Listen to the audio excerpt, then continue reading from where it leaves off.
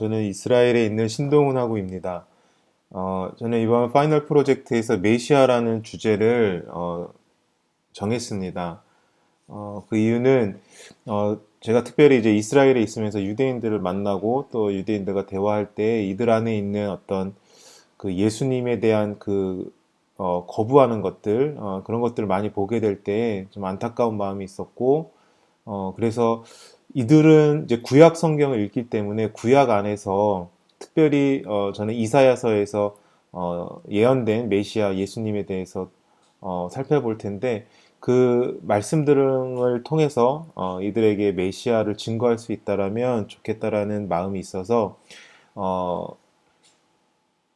구약에서 이야기하는 예수님, 그 메시아, 그리고 우리가 신약에서 그것을 확증하고 또한 그 예수님의 메시아 되신 그 완성의 모습은 마지막 때 주님 다시 오실 때 이루어지는 것들을 우리가 보면서 또 그 메시아 되신 예수님을 우리가 전해야 하겠다라는 그 마음으로 이 강의를 준비하게 되었습니다.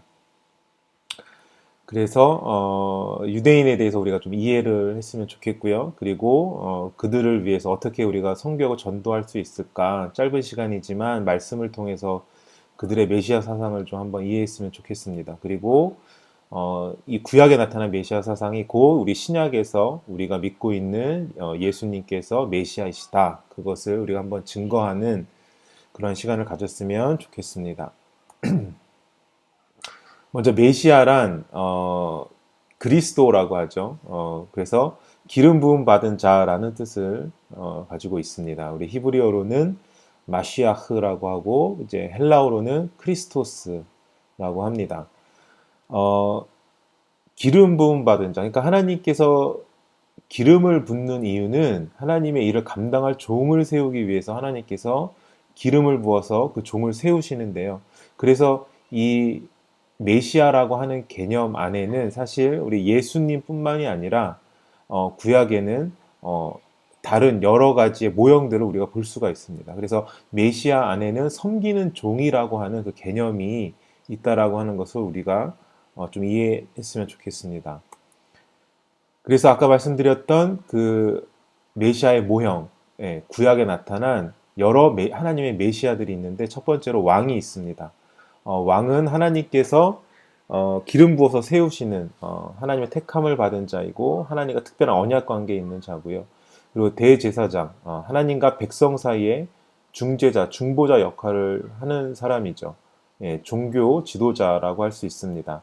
그 성막 안에서 성전에서 이스라엘의 백성의 죄를 대신하여 죄를 속죄하는 그 제사를 집도했던 자가 바로 대제사장입니다. 그리고 선지자들이 있습니다. 선지자들은 하나님의 말씀을 특정한 역사적 상황에서 백성들에게 선포하는 자들이었고요. 그리고 지혜자들, 하나님께서 선택하셔서 사용하신 종들 중에 지혜자들이 있었는데 그들은 지혜를 연구하고 가르치고 선전하는 사람들이었습니다. 그리고 이러한 모든 왕, 대제사장, 선지자, 지혜자를 모두 묶는 인물, 이것을 대표하는 인물이 바로 구약에서 모세라고 할 수가 있습니다. 예. 이 모세는 이 모든 구약에 나오는 메시아의 모형들을 대표하는데요. 이제 모세는 왕 어떤 이스라엘 백성의 지도자로서 그런 역할들을 했고요. 그리고 하나님 앞에 대제사장으로서 제사를 집도하는 그 역할을 했고요. 또 하나님 말씀을 대언하는 자로서 모세가 그 역할들을 감당했고요. 또한 하나님의 지혜들을 전하는 그 역할들을 감당했던 것이 모세였습니다. 그런데 이 모든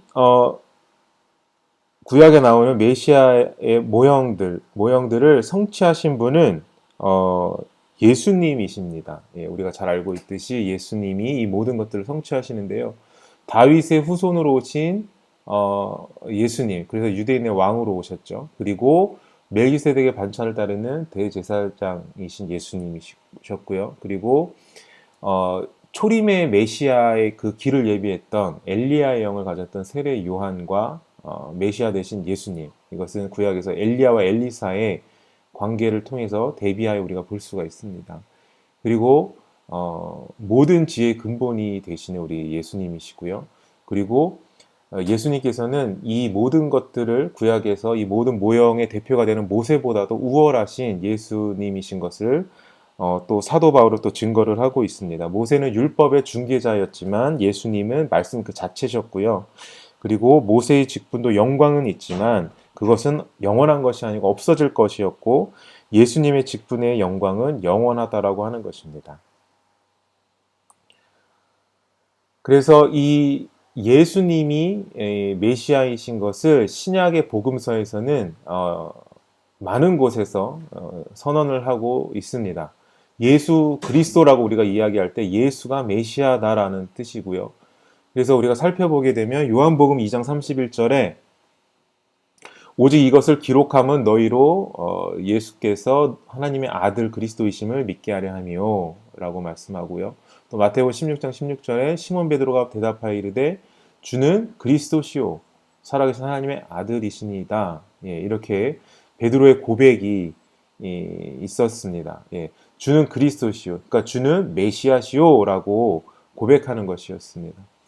그리고 우리가 요한복음 4장에 보게 되면 사마리아에서 그 우물가에 있었던 사마리아 여인을 예수님께서 만나시면서 이런저런 이야기가 오고 가죠. 대화가 오고 가고 그리고 예배에 대해서 말씀하시고 그리고 여자가 이렇게 말씀합니다. 이야기를 하죠. 메시아 곧 그리스도라 하는 이가 오실 줄 내가 아노니 그가 오시면 모든 것을 우리에게 알려주시리이다.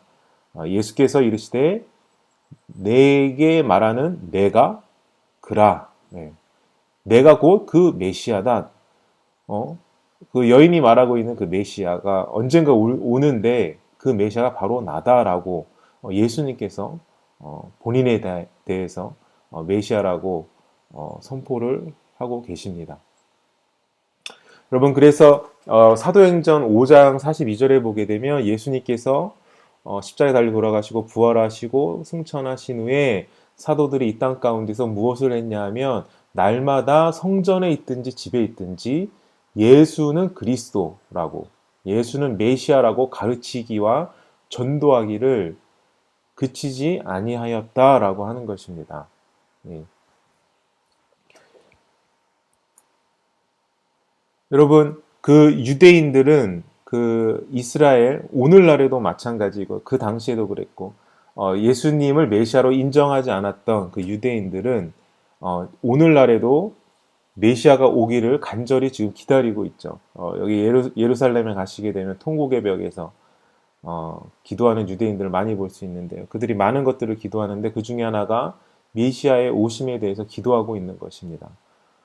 참 안타까운 것은 우리는 이미 그 초림의 예수님으로 오신 그 예수님에 대해서 그 메시아에 대해서 우리는 알고 있는데 그들이 아직 영적으로 눈이 가리워져서 그 예수님을 보지 못하는 것이 얼마나 안타까운지 모르겠습니다.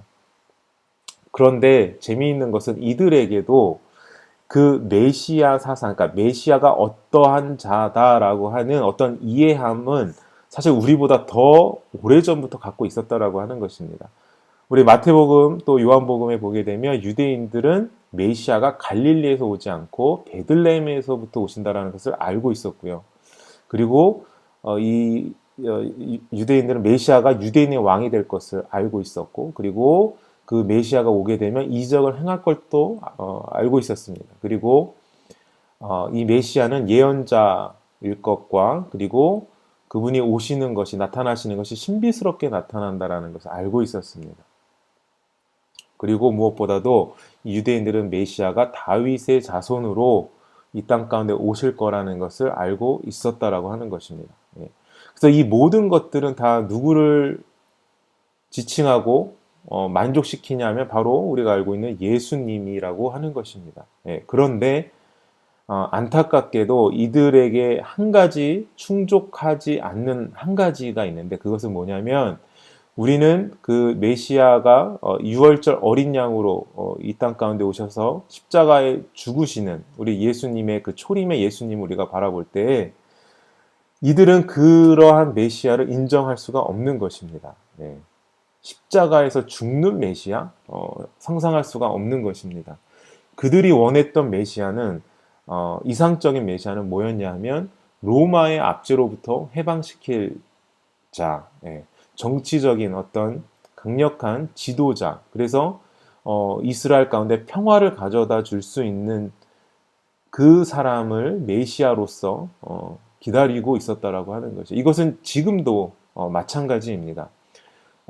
중동 땅에서 여러 그 아랍 국가들, 중동에서 전쟁과 또 여러 가지 테러와 여러 가지 어려움과 고난 가운데 있는 이 이스라엘은 이 땅에서 평화롭게 사는 것이 이들의 꿈입니다. 그래서 이 땅 가운데 평화를 말 그대로 샬롬을 가져다 줄 수 있는 그러한 메시아를 기다리고 있다라고 하는 것입니다. 그래서 그들이 성경을 이 구약 성경을 뭐 매일같이 읽고 외우고 하는 그들 가운데 읽지 않는 한 가지 성경의 한 장이 있는데 그것은 바로 이사야서 53장입니다. 이사야서 53장은 우리가 잘 아는 것처럼 고난받는 메시아에 관한 그 묘사가 있는 기록된 성경이죠. 그들에게는 이러한 메시아를 인정할 수가 없는 것입니다. 그래서 일부러 성경을 읽다가 52장까지 읽고 53장 건너뛰고 54장을 읽는다라고 그렇게 이야기를 합니다. 그런데 놀라운 것은 그래도 소망이 있는 것은 오늘날 이 시대 가운데에도 하나님께서 성령의 역사를 통하여서 이들 가운데 예수 그리스도가 메시아인 것을 계시한다라고 하는 것입니다. 이 53장의 말씀을 읽고서 여기서 지칭하는 이 자가 누구냐라고 유대인 랍비에게 물었을 때 그의 대답은 놀랍게도 예슈아라고 대답을 했습니다. 예. 놀라운 일이 지금 이 땅 가운데 성령의 역사들이 일어나고 있다라고 하는 것입니다. 예, 우리가 그래서 또 열방을 향하여서 또 이스라엘을 향하여서 우리가 이 메시아 되신 예수님을 증거하는 일에 우리가 힘써야 할 줄 믿습니다. 그래서 이사야서 53장을 읽지 않는데 특별히 이사야서 우리가 구약에서는 한 약 300곳에서 메시아에 대한 예언의 말씀이 있다라고 하는데 특별히 이사야서에 나타난 그 메시아 사상, 메시아에 관한 그 예언의 말씀을 몇 구절만 좀 살펴보도록 하겠습니다. 7장 14절에 우리가 너무 잘 아는 말씀입니다. 그러므로 주께서 친히 징조를 너에게 주실 것이라 보라 처녀가 잉태하여 아들을 낳을 것이요 그의 이름을 임마누엘이라 하리라. 예. 9장 6절입니다. 이는 한 아기가 우리에게 낳고 한 아들을 우리에게 주신 바 되었는데 그 어깨에는 정사를 메었고 그의 이름은 기묘자라 모사라 전능하신 하나님이라 영존하시는 아버지라 평강의 왕이라 할 것임이라. 계속해서 7절입니다. 그 정사와 평강의 더함이 무궁하며 또 다윗의 왕자와 그의 나라에 군림하여 그 나라를 굳게 세우고 지금 이후로 영원히 정의와 공의로 그것을 보존하실 것이라. 만군의 여호와의 열심히 이를 이루시리라. 아멘. 예, 11장 10절에 또 이렇게 이야기하죠. 그날의 이새의 뿌리에서 한 싹이 나서 만민의 기초로 설 것이요 열방이 그에게로 돌아오리니 그가 거한 곳이 영화로우리라. 이 모든 말씀이 한 사람, 한 메시아를 향한 예수님을 향한 예언의 말씀이죠. 예. 그리고 61장에 가게 되면 희년의 말씀이 있는데 예수님께서 40일 동안 광야에서 금식하시고 시험을 받으시고 난 후에 공생애를 시작하실 때 나사렛 회당에 가셔서 가장 처음 선포하신 말씀이 바로 이 이사야서 61장 희년의 말씀을 선포하셨습니다. 주 여호와의 영이 내게 내리셨으니 이는 여호와께서 내게 기름을 부으사 가난한 자에게 아름다운 소식을 전하게 하려 하심이라. 이 말씀을 읽으시고 난 다음에 이 글이 오늘 너희 귀에 응하였느니라 라고 말씀하셨습니다. 희년의 주인 되신 예수님께서 이 땅 가운데 오셔서 친히 그분의 입술로 그 희년의 말씀을 선포하시고 오늘 너희 귀에 이 말씀이 응하였다라고 선포하시는 것입니다. 예, 그래서 이 이사야서에서는 또 다른 많은 곳에서 뭐 시편이나 다른 구약의 말씀에서도 메시아 되시는 예수님에 대한 예언의 말씀들이 있지만 이 이사야서에서 굉장히 많은 부분에서 우리가 예수님을 찾아볼 수가 있습니다. 그런데 이 모든 예수님이 이 메시아라고 하는 거, 이 구약에서 증거하고 있고 우리가 이미 신약에서 알고 있는 이 예수님이 메시아다라고 하는 것의 마지막 최종 완성의 때가 올 텐데요. 그때에는 이 밝히 드러난다라고 하는 것입니다. 모두에게 예수님이 메시아다라고 하는 것이 드러난다라고 하는 것입니다. 그래서 계시록 11장 15절에 보게 되면 세상의 나라는 그리스도의 나라가 될 것이다라고 선포하고 있는 것이에요. 세상의 모든 나라, 열방이 메시아의 나라가 될 것이라고, 예수님의 나라가 될 것이라고 선포하고 있습니다. 하나님의 나라가 임할 때, 마지막 때 주님 다시 오셔서 하나님의 나라가 완성이 될 때, 에덴이 회복될 때에 이 나라는, 이 열방은 이 메시아 대신 예수 그리스도가 통치하시는 정의와 공의로 통치하시는 그분의 나라가 될 것이라고 하는 것입니다. 이 마지막 때 일어날 이 일들은 스가랴서 12장 10절에서도 말씀하고 있죠. 예. 내가 다윗의 집과 예루살렘 주민에게 은총과 강구하는 심령을 부어주리니 그들이 찌른 바 그를 바라보고 그를 위하여 애통하기를 독자를 위하여 애통하듯 하며 그를 위하여 통곡하기를 장자를 위하여 통곡하듯 하리로다. 예. 마지막 때 이 유대인들, 이스라엘 민족도 주님께로 돌아오는 역사가 일어날 것이라고 하는 것입니다. 예, 계시록 1장 7절에서도 동일하게 말씀합니다. 볼지어다 그가 구름을 타고 오시리라. 각 사람의 눈이 그를 보겠고 그를 찌른 자들도 볼 것이요 땅에 있는 모든 족속이 그로 말미암아 애곡하리라. 아멘. 예. 다시 주님 오실 때 이 메시아가 예수님인 것이 드러나는 그때, 모든 것을 완성하는 그때 모든 민족이, 모든 열방이 그 주님을 얼굴과 얼굴을 대하는 그 날이 올 것이라고 하는 것입니다. 여러분, 그래서 결론을 맺겠습니다. 우리는 이 메시아 되신 예수 그리스도, 예수님을 우리는 믿는 그리스도인입니다. 우리는 이 예수님을 전해야 할 사명이 우리에게 있는 줄 믿습니다. 우리 사도들이 예수님이 떠나가시고 난 후에 예수님이 메시아인 것, 그리스도인 것을 가르치고 그것을 전하는 것에 힘을 쏟았습니다.